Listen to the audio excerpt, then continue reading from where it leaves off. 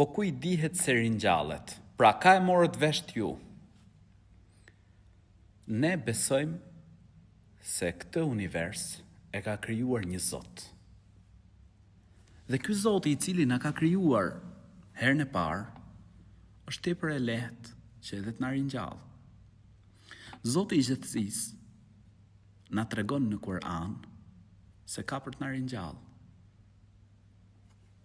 Dhe Zoti I gjithësisë nuk thot vetëm se të vërtetën, nuk gënjen Zoti I gjithësisë.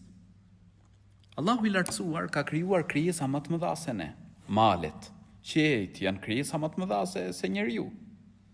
Për Zotin E gjithësisë është tepër e lehtë që ti thot diçka e bëhet dhe ajo bëhet.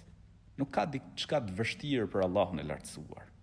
Zoti I gjithësisë na tregon në Kur'an shembuj të shumtë për ringjalljen. Medito pak në reshjet e shiut, që bien mbi një tokë të vdekur, prej saj dalin bim të gjalla. Ashtu pra, do të na ringjallë edhe ne. Zoti I gjithësisë I thot diçka e bëhet dhe ajo bëhet. Mos me pas ringjallje, I bëhet një padrejtësi e madhe. Sepse sa njerëz në këtë dynja kanë vrarë, kanë mashtru, kanë marrë pasuritë e tjerëve, kanë bërë padrejtësi të shumta. Si mendon ti se I shpëtojnë drejtësisë? Jo, as pak.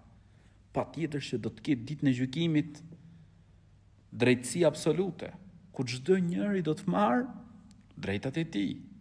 Çdo njeri do të marrë atë çfarë ka vepruar në këtë dynjë.